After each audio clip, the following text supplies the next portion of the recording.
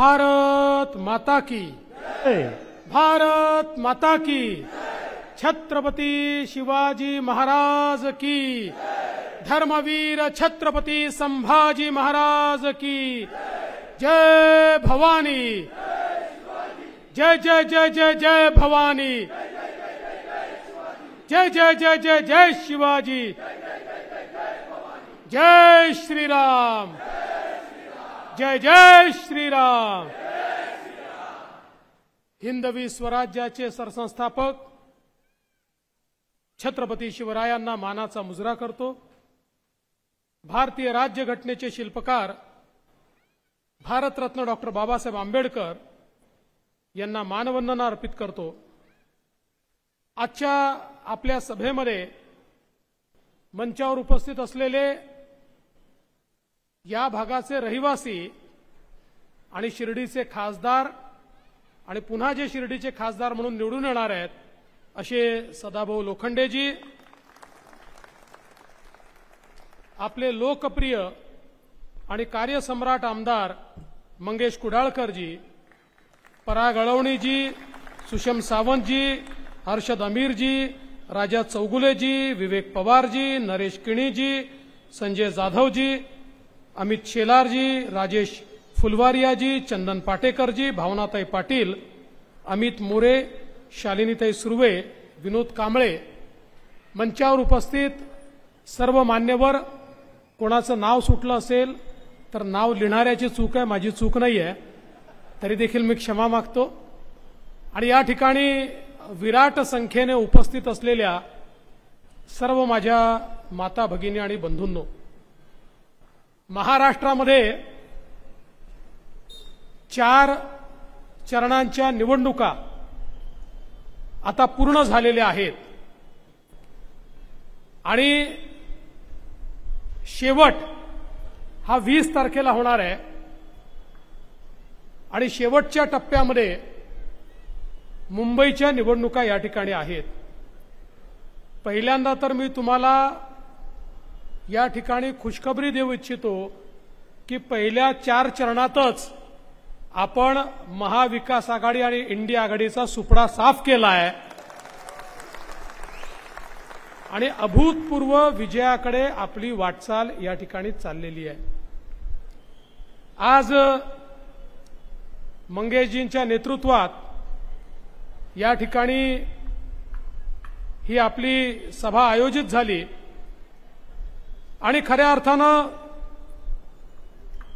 2014 नंतर देशासोबत मुंबईमध्ये झालेला बदल हा देखील आपण सर्वांनी बघितलेला आहे। 2014 नंतर आपल्याला या मुंबईमध्ये काम करण्याची संधी मिळाली आणि त्यातून अनेक बदल आपण या ठिकाणी केले। विशेषतः सगळा म्हाडाचा एरिया आहे, या म्हाडाच्या 56 वसाहतीमध्ये मंगेशजींनी आपल्याला सांगितलं, त्यांचाही पाठपुरावा होता, आपण सेवा शुल्क माफ केला। 380 कोटी रुपयाचा भुर्दंड जो नागरिकांवर होता तो भुर्दंड या ठिकाणी संपवण्याचं काम आपण केलं। FSIच्या धोरणामध्ये आपण बदल केला। शेअरिंग, प्रीमियर या सगळ्या गोष्टी ज्या नागरिकांच्या हिताच्या असतील अशा प्रकारचं परिवर्तन हे आपण त्या ठिकाणी केलं आणि त्यातून मोठ्या प्रमाणात या वसाहतींच्या पुनर्विकासामध्ये त्या ठिकाणी अतिशय सुलभता आपण आणली। जवळजवळ आपल्याला कल्पना आहे की एकीकडे म्हाडाच्या पुनर्विकासाच्या संदर्भात ज्या गोष्टी सुलभतेने करता येतील, जे अडचण होते ते अडथळे आपण दूर केले। अनेक ठिकाणी प्रायव्हेट बिल्डरमुळे काही वसाहतीचा विकास अडला होता, त्याच्यामध्ये आपण बदल केला आणि बदल करत असताना प्रायव्हेट विकासकासोबत जिथे आवश्यक असेल तिथे म्हाडा विकासकाचं काम करेल आणि म्हाडाच त्या ठिकाणी पुनर्विकास करेल अशा प्रकारचा निर्णय देखील आपण घेतला। आणि यासोबत विक्री असेल, हस्तांतरण असेल, या संदर्भातले अनेक निर्णय हे मागच्या काळामध्ये आपण सगळ्यांनी घेतले आणि कलेक्टर लँडचा विषय देखील मंगेशजींनी सांगितला की त्यांच्या सगळ्यांच्या पाठपुराव्यानंतर कलेक्टर लँड ही आपण फ्री होल्ड केली. 15% पहिले प्रीमियम ठेवला होता तर तो 10%वर आणला. आणि या माध्यमातून आपला प्रयत्न काय आहे, सामान्य मुंबईकराला घर मिळालं पाहिजे, आपला प्रयत्न आहे. आज बंधू भगिनींनो, वर्षानुवर्ष ज्यांनी मुंबईवर राज्य केलं, माझा त्यांना सवाल आहे, 25-25 वर्ष मुंबईवर राज्य केल्यानंतर देखील सामान्य मुंबईकराच्या घराचा प्रश्न तुम्ही का सोडवू शकले नाहीत? त्याच्या जीवनामध्ये का परिवर्तन तुम्ही आणू शकले नाहीत? आज म्हाडामध्ये मोठ्या प्रमाणात पुनर्विकास आपण सुरू केला आणि त्यासोबत मुंबईमध्ये स्वयं पुनर्विकास आपण सुरू केला की ज्याच्या माध्यमातून या मुंबईमध्ये लोकांना बिल्डराच्या घशात जाण्याच्या ऐवजी स्वतःचा विकास करता येईल. आणि मला सांगताना आनंद वाटतो, 16,000 प्रपोजल आपल्याला प्राप्त झाले आहेत आणि मुंबईतला सामान्य माणूस या स्वयं पुनर्विकासाच्या माध्यमातून स्वतःचं घर या ठिकाणी मिळवतोय. जवळपास मुंबईतल्या 14,000 सेस बिल्डिंगचा पुनर्विकास आपण त्या ठिकाणी करण्याच्या संदर्भात कायदा केला, राष्ट्रपतीकडनं कायदा मंजूर करून आणला. आज त्याही संदर्भात लोकांना स्वतःचं घर मिळेल अशा प्रकारची व्यवस्था ही आपण त्या ठिकाणी सुरू केली आहे. मी हे सगळं याकरता सांगतोय की 2014ला देशामध्ये मोदीजींचं सरकार आलं आणि महाराष्ट्रामध्ये तुमच्या आशीर्वादाने महायुतीचं सरकार आलं. आधी मला आणि आता एकनाथराव शिंदेजींना या ठिकाणी आपण नेतृत्व करण्याची संधी दिली. जेव्हा सामान्यांचा विचार करणारे लोक सत्तेवर येतात तर कसे पटापट निर्णय होतात हे या मुंबईमध्ये आज आपण पाहतोय. एक बदलणारी मुंबई आपण पाहतोय. या मुंबईमध्ये 2014 नंतर मेट्रोचं नेटवर्क आपण उभं केलं. या मुंबईमध्ये मोदीजींच्या आशीर्वादानं कोस्टल रोड असेल, अटल सेतू असेल, यासारख्या अनेक योजना आपण या ठिकाणी केल्या. मुंबईमधलं सांडपाणी जे थेट समुद्रात जायचं, ज्याच्यावर प्रक्रिया होत नव्हती, त्या सांडपाण्यावर प्रक्रिया करण्याकरता आज मुंबईमध्ये 25,000 कोटी रुपयाच्या एसटीपीचं काम आपण सुरू केलं. या ठिकाणी मुंबईमध्ये सर्वसामान्यांच्या जीवनामध्ये कुठेतरी स्थिरता यावी या संदर्भात मोठ्या प्रमाणात कार्यक्रम या मुंबईमध्ये आपण केले. कारण मोदीजींचं सरकार आपल्या पाठीशी होतं आणि म्हणून हे परिवर्तन आज मुंबईमध्ये आपल्याला पाहायला मिळतंय. आणि म्हणून तुम्हाला हे सांगायला आलोय, ही साधी निवडणूक नाहीये, ही गल्लीची निवडणूक नाहीये, ही दिल्लीची निवडणूक आहे. या निवडणुकीमध्ये आपल्याला देशाचा प्रधानमंत्री निवडायचा आहे, देशाचा पंतप्रधान निवडायचा आहे. आपण पाहू शकतो या निवडणुकीमध्ये महाभारतासारखी स्थिती आपल्याला पाहायला मिळते. एकीकडे आपल्याला पाहायला मिळत आहे पांडवांची सेना आहे, दुसरीकडे कौरवांची सेना आहे. पांडवांच्या सेनेसोबत देखील अनेक राजे आहेत, कौरवांच्या सेनेसोबत देखील अनेक राजे आहेत. बंधू भगिनींनो, आता 20 तारखेला आपल्याला फैसला करायचा आहे आणि हा फैसला शस्त्रास्त्रांनी करायचा नाहीये.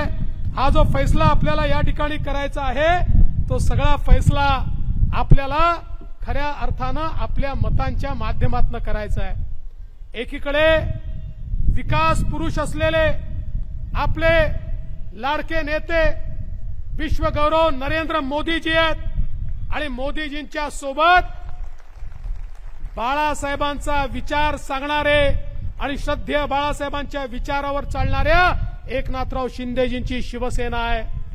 अजित पवारांची एनसीपी आहे, राज ठाकरेंची मनसे आहे, आठवले साहेबांची रिपाई आहे, पिरिपा आहे, रयत क्रांती आहे, जनसुराज्य आहे, पांडवांची सेना सज्ज आहे. दुसरीकडे कोण आहे?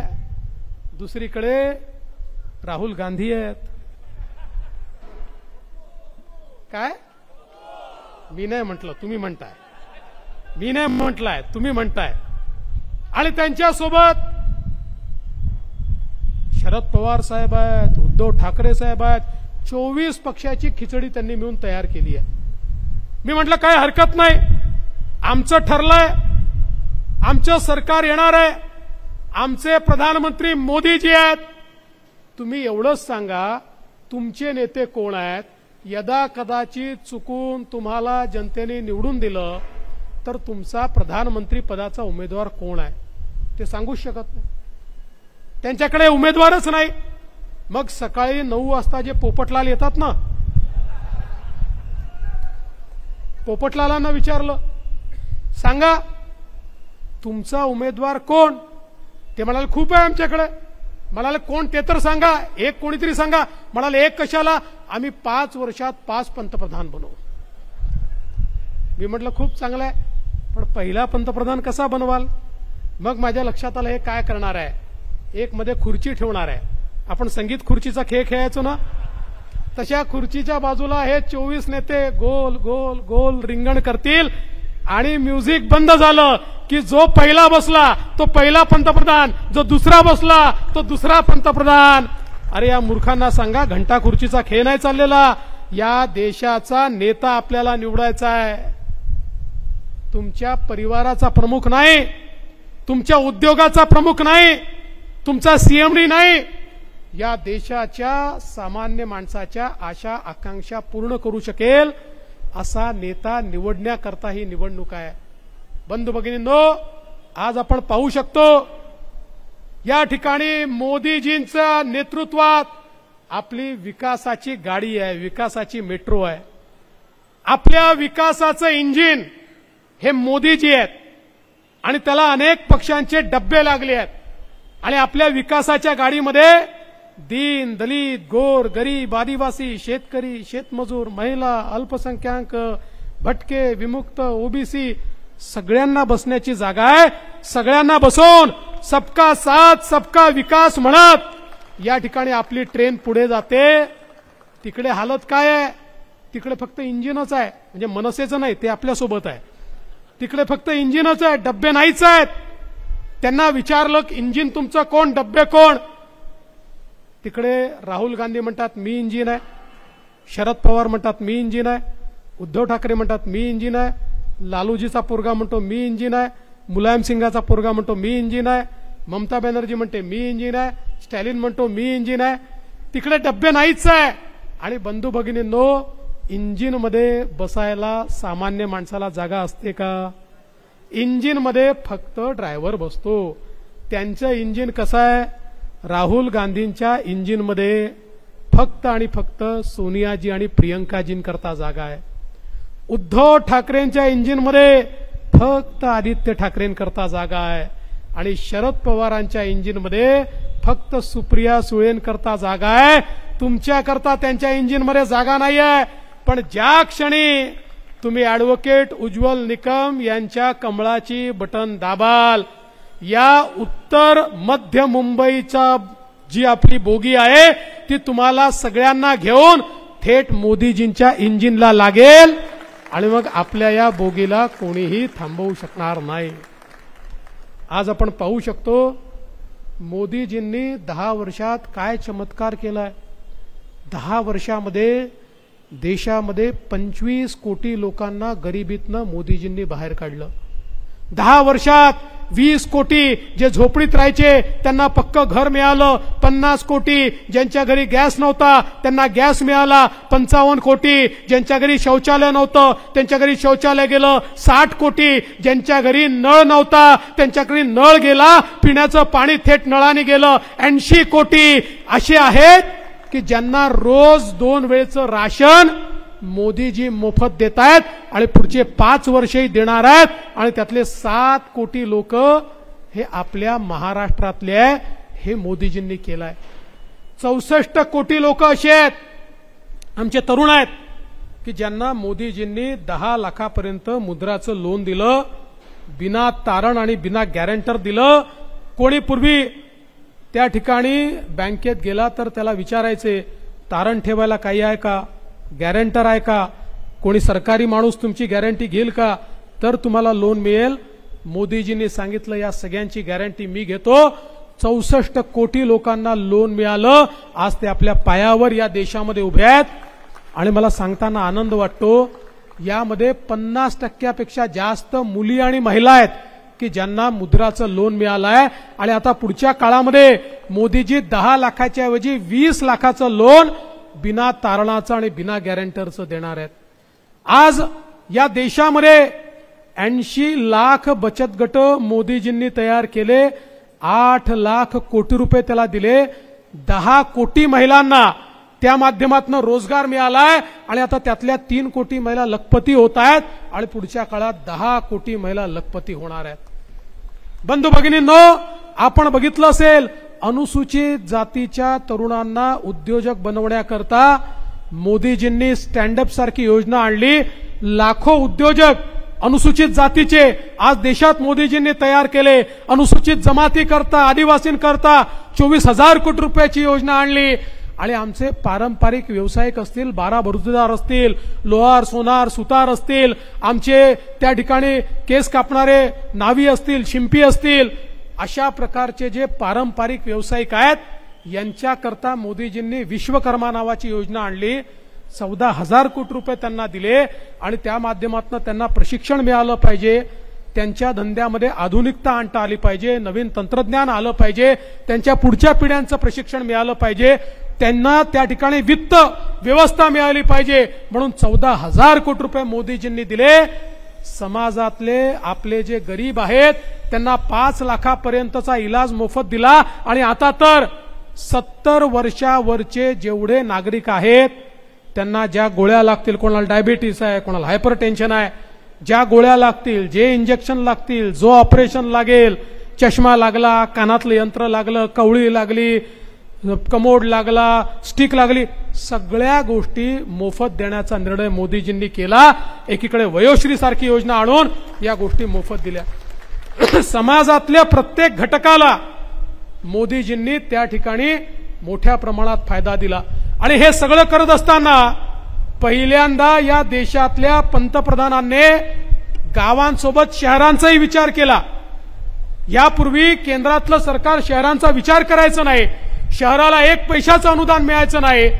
आज कोट्यावधी रुपये हे शहरांना मिळत आहेत. शहरांचं बदलतं स्वरूप आपले उमेदवार उज्ज्वल निकमजी या ठिकाणी आलेले आहेत.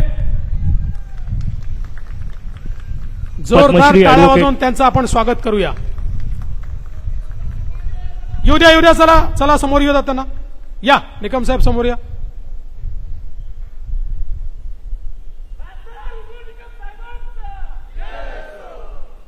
जोरदार टाळ्या वाजवून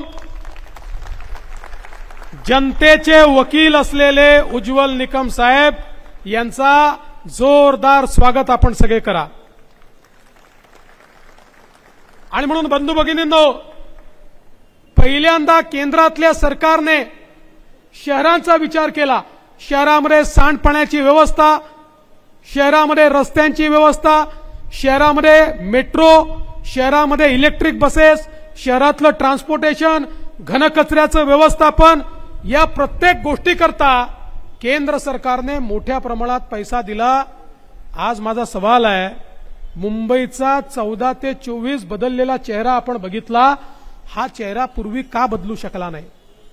काही लोकांना मुंबईची महानगरपालिका म्हणजे सोन्याचं अंड देणारी कोंबडी वाटत होती आणि म्हणून त्यांनी कधीच मुंबईचा विचार केला नाही. दरवर्षी तेच रस्ते बनवायचे, त्याच्यावरच डांबर टाकायचं, अशा प्रकारे हजारो कोटी रुपये या ठिकाणी वाया गेले. पण मुंबई नेहमीच खड्डेयुक्त राहिली. या ठिकाणी पावसाळा आला की मुंबईच्या खड्ड्यांवर आमचे माध्यम त्या ठिकाणी फिल्म बनवतात. हे वर्षानुवर्ष आपण पाहिलं. पहिल्यांदा आमचे एकनाथराव शिंदेजी आल्यानंतर या ठिकाणी महानगरपालिकेला आम्ही निर्णय घ्यायला लावला आणि सांगितलं, आता डांबरी रस्ते बनणार नाही, सगळे कॉन्क्रीटचे रस्ते बनतील. 50 वर्ष पुन्हा रस्ते बनवायचे नाही, रस्त्यावर एक खड्डा आम्ही पडू देणार नाही. अशा प्रकारचे रस्ते आज या ठिकाणी आपण केले. मी तुम्हाला आठवण करून देतो, आठवा तो कोविडचा काळ. ज्या कोविडच्या काळामध्ये आपल्या नातेवाईकांना देखील कोणी जवळ करत नव्हतं. प्रत्येकाच्या नजरेसमोर अंधार होता. माझं काय होईल, माझ्या परिवाराचं काय होईल, आपल्या आजूबाजूला लोक किड्या मुंग्यासारखे मरत होते. जगातले लोक म्हणायचे आता भारताला कोणीही वाचवू शकत नाही, या भारतामध्ये 50-60 कोटी लोक तरी या ठिकाणी मरणार, त्यांना कोणीच वाचवू शकत नाही. जगाच्या पाठीवर केवळ 4 देशांनी कोविडची लस तयार केली. बंधू भगिनींनो, ते देश वाट पाहत होते, भारत आमच्याकडे येईल आणि भीक मागेल, आम्हाला तुम्ही लस द्या. पण आपल्या पंतप्रधानांना माहिती होतं त्या देशांकडे जाऊन लस मागितली तरी ते सांगणार आहेत हो तुम्हाला देतो, आधी आमच्या लोकांना लस लावतो आणि मग तुम्हाला लस देतो. आपल्या लोकांना वाचवायचं होतं. पंतप्रधान महोदयांनी देशातले वैज्ञानिक एकत्रित केले, देशातले फार्मासिस्ट एकत्रित केले, त्यांना सांगितलं आपल्याच देशात लस बनवायची आहे. त्यांनी सांगितलं रॉ मटेरियल आपल्या देशात नाही आहे. मोदीजींनी जगामध्ये सगळीकडे आपले संबंध वापरले, ऑक्सिक्लोरोक्विन तिकडे दिलं, रॉ मटेरियल इकडे घेतलं आणि त्या माध्यमातून आपल्याच देशामध्ये कोरोनाची लस तयार केली. जगामध्ये लस तयार करणारा 5वा देश हा आपला भारत देश होता. 140 कोटी लोकांना मोदीजींनी मोफत लस त्या ठिकाणी दिली. आपण सगळे जिवंत आहोत आणि हे 50-60 कोटी लोक या देशात मेले नाही, कारण ही लस आपल्यापर्यंत पोहोचली, 2 वेळा पोहोचली आणि मोफत पोहोचली. पण माझा सवाल आहे, एकीकडे मोदीजी आपल्याला जगवण्याकरता प्रयत्न करत होते, त्यावेळी या मुंबईमध्ये काय चाललं होतं? मुंबईतले महानगरपालिकेतले सत्ताधारी काय करत होते? या ठिकाणी प्रेताच्या टाळूवरचं लोणी खाणं कशाला म्हणतात ते आपल्याला मुंबईमध्ये पाहायला मिळालं. खिचडीचा घोटाळा, ऑक्सिजनचा घोटाळा, रेमडेसिवीरचा घोटाळा, अरे एवढं तर सोडाच, कफन घोटाळा, बॉडी बॅगचा घोटाळा देखील या ठिकाणी होताना आपण बघितला. आणि साधारणपणे एखादी बॉडी नेण्याकरता 1300 रुपयाची बॅग लागते, ती 6-6 हजार रुपयामध्ये खरेदी करून त्यातही काही लोक दलाली खात होते. अशा प्रकारचे दलालबाज, दगाबाज लोक हे त्या ठिकाणी आपल्याला मुंबईमध्ये पाहायला मिळाले. बंधू भगिनींनो, ज्यांना जाब विचारण्याची वेळ हीच आहे. जेव्हा आपण मरत होतो त्यावेळी जे आपली खिचडी चोरून खातात त्यांना जाब विचारण्याची वेळ आज खऱ्या अर्थानं आली आहे. मी तुम्हाला विनंती करतो, तुम्ही आठवा तो काळ, ज्या काळामध्ये या मुंबईमध्ये रोज बॉम्बस्फोट व्हायचे. कधी मुंबईत व्हायचे, कधी पुण्यात व्हायचे, कधी हैदराबादला व्हायचे, कधी बंगलोरला व्हायचे. काय करायचं आमचं सरकार? मुंबईमध्ये बॉम्बस्फोट झाला, आमचे पंतप्रधानांनी पाकिस्तानचा निषेध केला. पुन्हा बॉम्बस्फोट झाला, पुन्हा निषेध केला. मग पुण्याला बॉम्बस्फोट झाला, मग तीव्र निषेध केला. मग कसाब आला, आमच्या इथे हल्ला केला, आमच्या लोकांना मारून टाकलं. आमचे पंतप्रधान अमेरिकेमध्ये गेले, अमेरिकेला म्हणाले बघा आमच्याकडे पुरावा आहे, पाकिस्तानी लोकांनी या ठिकाणी घुसून आमच्याकडे हल्ला केलाय, तुम्ही आता त्यांच्यावर कारवाई करा. म्हणजे एखाद्या शाळेमध्ये एखाद्या पोराने दुसऱ्या पोराला मारावं आणि त्यांनी शिक्षकाकडे जाऊन सांगावं बघा बघा तो मला मारतोय, तुम्ही आता त्याला रागवा. अशा प्रकारची अवस्था 140 कोटीच्या देशाच्या पंतप्रधानांची होती. बंधू भगिनींनो, या देशामध्ये मोदीजी प्रधानमंत्री झाले आणि मोदीजींनी या ठिकाणी एक वेगळा भारत तयार केला. आपल्या इथे पुन्हा त्यांना वाटलं आता आपण हल्ला करू शकतो. उरीमध्ये आणि पुलवामामध्ये त्यांनी हल्ला केला. हे नवीन सरकार होतं, हे मोदीजींचं सरकार होतं. मोदीजींनी अमेरिकेकडे, रशियाकडे विनवणी केली नाही, थेट पाकिस्तानमध्ये घुसून त्या ठिकाणी सर्जिकल स्ट्राईक आणि एअर स्ट्राईक केला, आतंकवाद्यांना मारून टाकलं. माझा सवाल आहे बंधू भगिनींनो, 2019 नंतर पाकिस्तानच्या बापाची तरी हिम्मत झाली का भारतामध्ये एक तरी बॉम्बस्फोट करायची? अरे पाकिस्तानला माहिती आहे आपला बाप आता नवी दिल्लीत बसलाय, आता या ठिकाणी अशा प्रकारे बॉम्बस्फोट करता येणार नाही. हा साधा भारत नाही आहे. पण मला आश्चर्य वाटतं, आज ज्यावेळी उज्ज्वल निकम यांच्यासारखा एक वकील, जो देशभक्त वकील आहे, उज्ज्वल निकम साधे वकील नाही आहेत. या देशामध्ये एखादाच वकील तुम्हाला असा मिळेल की ज्यांनी हा निर्धार केला की मी केवळ जनतेला न्याय देईल, मी अपराध्याकडनं उभा राहणार नाही. उज्ज्वल निकम कधीही अपराध्याकडनं उभे राहिले नाही, ते जनतेकडनं उभे राहिले आणि प्रत्येक ठिकाणी जे अपराधी होते त्या अपराध्यांना फाशीवर पोचवण्याचं काम करणारे हे उज्ज्वल निकम साहेब आहेत. आपल्याला कल्पना आहे कसाबला फाशी देण्याकरता, ज्या कसाबने या ठिकाणी याच भारतामध्ये आमच्या मुंबईकरांना मारून टाकलं, आमच्या मुंबईकरांना शहीद केलं, आमचे करकरेजी, कामटेजी, साळसकरजी, तुकाराम ओंबळेजी ज्यांनी आमच्या करता बलिदान केलं, त्यांच्या बलिदानाला वाया जाऊ द्यायचा नाही आमचा निर्धार होता. आणि म्हणून उज्ज्वल निकम कोर्टात उभे राहिले आणि असे पुरावे त्या ठिकाणी मांडले. कोर्टाने मान्य केलं, होय कसाबने या ठिकाणी अशा प्रकारे ही कारवाई केली आहे आणि कसाबला फाशी दिली पाहिजे. कसाबला फाशीपर्यंत पोहोचवणारे उज्ज्वल निकम साहेब आहेत. पण बंधू भगिनींनो, आज अवस्था काय आहे? आज अवस्था अशी आहे, काँग्रेसचे नेते म्हणतात करकरे यांचा मृत्यू कसाबच्या गोळीने झालाच नाही. ते असं म्हणतात उज्ज्वल निकम साहेब कसाबला बदनाम करतात. म्हणजे यांना कोणाच्या बदनामीची चिंता आहे? कसाबच्या बदनामीची चिंता आहे. बंधू भगिनींनो, कोर्टाने मान्य केलं, पाकिस्तानने स्वतः मान्य केलं, आंतरराष्ट्रीय समुदायाने मान्य केलं. 2008 ते 2014 या देशामध्ये आणि महाराष्ट्रामध्ये काँग्रेसचं सरकार होतं आणि आता यांना आठवतं आहे करकरे साहेबांना त्या ठिकाणी कसाबनी मारलं नाही. अरे नालायकांनो, राजकारण करायचं तेवढं करा, पण किमान शहीदांवर तर प्रश्नचिन्ह लावू नका. ज्यांनी तुमच्याकरता बलिदान दिलं त्यांना अपमानित करण्याचं काम या ठिकाणी होत आहे. अरे उज्ज्वल निकम साहेबांचं मी अभिनंदन करेन. त्यांनी केवळ या ठिकाणी कसाबला फाशी मिळावी एवढ्यापुरतं नाही, हा संपूर्ण षडयंत्र काय होतं याचा पर्दाफाश केला. त्याकरता अमेरिकेत गेले, डेव्हिड हेडलीची साक्ष त्या ठिकाणी मिळवली, पाकिस्तानातनं सबूत मिळवले आणि हे सगळं तयार करून शेवटी आंतरराष्ट्रीय पटलावर जगाला भारताच्या पाठीशी उभं रावलं आणि जगाने सांगितलं हो आम्ही भारताच्या पाठीशी आहोत आणि पाकिस्तान आतंकवादी देश आहे. हे सगळं करत असताना माननीय मोदीजींच्या पाठीशी कायदेशीर ताकद म्हणून कोणी उभं राहिलं असेल तर ते उज्ज्वल निकम साहेब राहिले.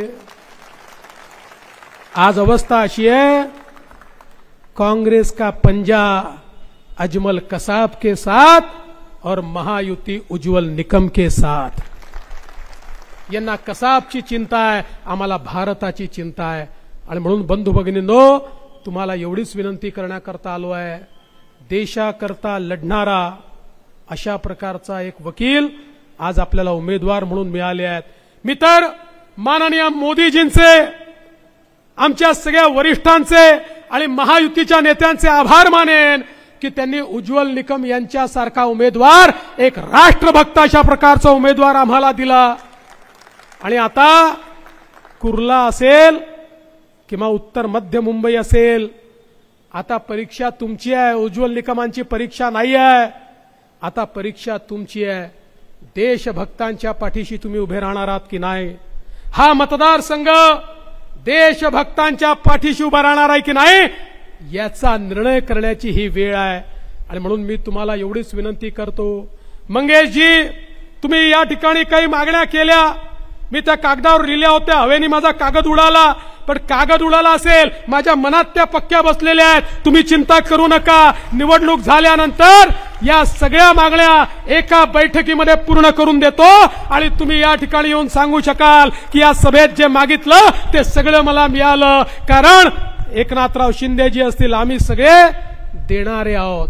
आमची देना बँक आहे, लेना बँकवाले कोण आहे तुम्हाला माहिती आहे, मी त्याबद्दल तुम्हाला सांगणार नाही.